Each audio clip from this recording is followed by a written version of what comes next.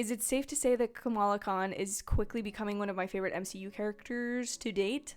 Yeah, definitely. Hey y'all, today we are reviewing episode 2 of Ms. Marvel, what has become such a shockingly popular and positively reviewed show amongst the MCU Disney Plus shows. I'm not saying that the other ones haven't obviously been loved, some have received critical praise and all that kind of stuff, but there is something about this series that really has people pretty captivated, and I'm definitely one of them. I'm definitely a huge fan of this series, of Iman Vellani, and of course of Kamala Khan. So today we're going to break down episode 2 and kind of chat about what I liked about it and what I didn't, which is basically nothing.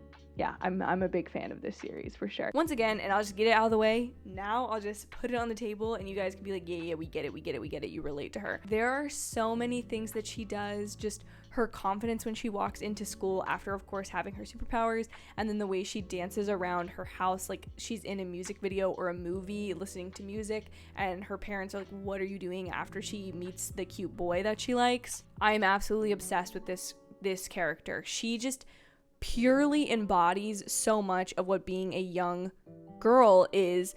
We also got to see more of Kamala's daily life, going to the mosque, going to school, hanging out with Nakia more, how she's hiding her secret from her good friend. And I do like the dynamic of Bruno and her are the only two people who know about her powers. Well, at the end of the episode, of course, Cameron, he sort of seems to know what's going on, and the lady that he has in the back of the car, who's the one that Kamala has been seeing all episode, like, that was definitely very trippy. But I like that this series is not outwardly mysterious. Like, it's not like WandaVision or Loki where you're trying to solve a piece of the puzzle from the very beginning of the show, but that's slowly being introduced. And I know a lot of people talk about the pacing of these Marvel shows, how the quality of them is, if the story is even interesting enough to tell, and this one really does feel like it should be told in a TV format.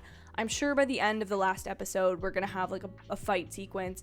It's going to be more extreme, but I feel like the way that they're building the story, it feels like it's supposed to be a TV show. Like, I feel like I'm supposed to tune in each week to see, like, okay, it's a new week in Kamala's life. And also, of course, it plays really well into her training, which we do get a good training montage in this episode. But I do feel like it works because we're seeing her grow up, go through her teenage life. Things change week to week, so does her powers. And I think that's really, really fun to see. It just plays into the format well, in my opinion. And I also really like the fact that we get to just feel her world be built out more. Like, the world of Jersey City within the MCU is really thoroughly built out. It's not just there's superheroes in this city and they're just doing things. Like, you get to see where she would go for coffee on a date, where she takes her driving lessons, where her school is, where her mosque is. You just see this world in a way that, again, I hate to like beat a dead horse or repeat myself and sound like a broken record,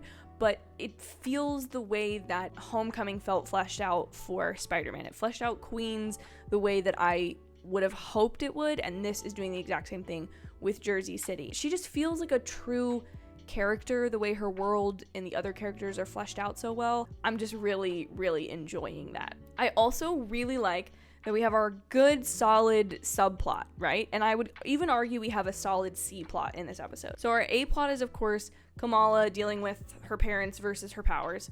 Your B plot is the DCOD guy, which I need to look up, like, what the OCD, I don't know. The guy from Spider-Man that was trying to put Happy and Peter in jail, right? He is investigating Nightlight, as they call Kamala, since they don't know who she is or what her superpowers really entail. He's interrogating Zoe, I think her name was, and I really like that sequence because, once again, this character is consistent. This feels like the MCU.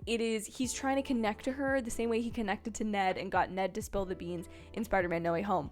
Love that. I just love the fact that the MCU is big enough to reference itself now. Like, bravo, MCU. Good for you guys. But I like that we have that B plot of, like, okay, what is going on here? Why is he after superhero individuals? Is this because of some government regulations of superheroes? There's also, of course, in the video game, they're hunting Inhumans, and that's a company called AIM is doing that, but I'm feeling like they're kind of being absorbed into this new version in the TV show. superhero. In addition to him, we also have this storyline that Nakia is running for mosque leadership and that there's been shoes stolen. And now that I'm saying it out loud, I'm feeling like maybe that was just a catalyst for her to run for the mosque council. But I kind of have a feeling, because of how this show is trying to tie together Kamala's identity as a Pakistani teenager growing up in the United States in Jersey City with being a superhero and wanting to be an Avenger, since that's sort of being tied together, I have a feeling, and my theory would be that the shoe theft, or whoever is stealing these shoes, is somehow tied into whoever the villain of the series is, or whatever the antagonistic force is. I also, since I'm kind of on theories, I think whoever Kamala has been seeing in her visions when she uses her powers and her eyes go all purple, I have a feeling that that woman is not going to have the most altruistic of motives, or she wants to sort of be a superhero and in that sense rebel against her family, and she thinks that maybe this woman is the way to do that, but then realizes that she can't. I don't know, it'd just be nicely complex, and I would really like it. I think I would give this episode 3.25 stars, or lightning bolts is what I gave it. And the only reason I say it's less than last week's episode is just because last week's was so strong in introducing us to the character.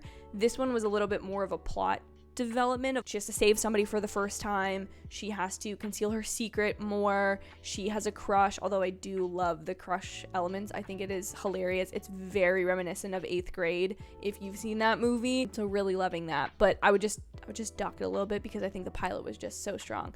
But I am so pumped for this series. What is your rating of episode 2 of Ms. Marvel? Please let me know in the comments down below. I would love to read and see those.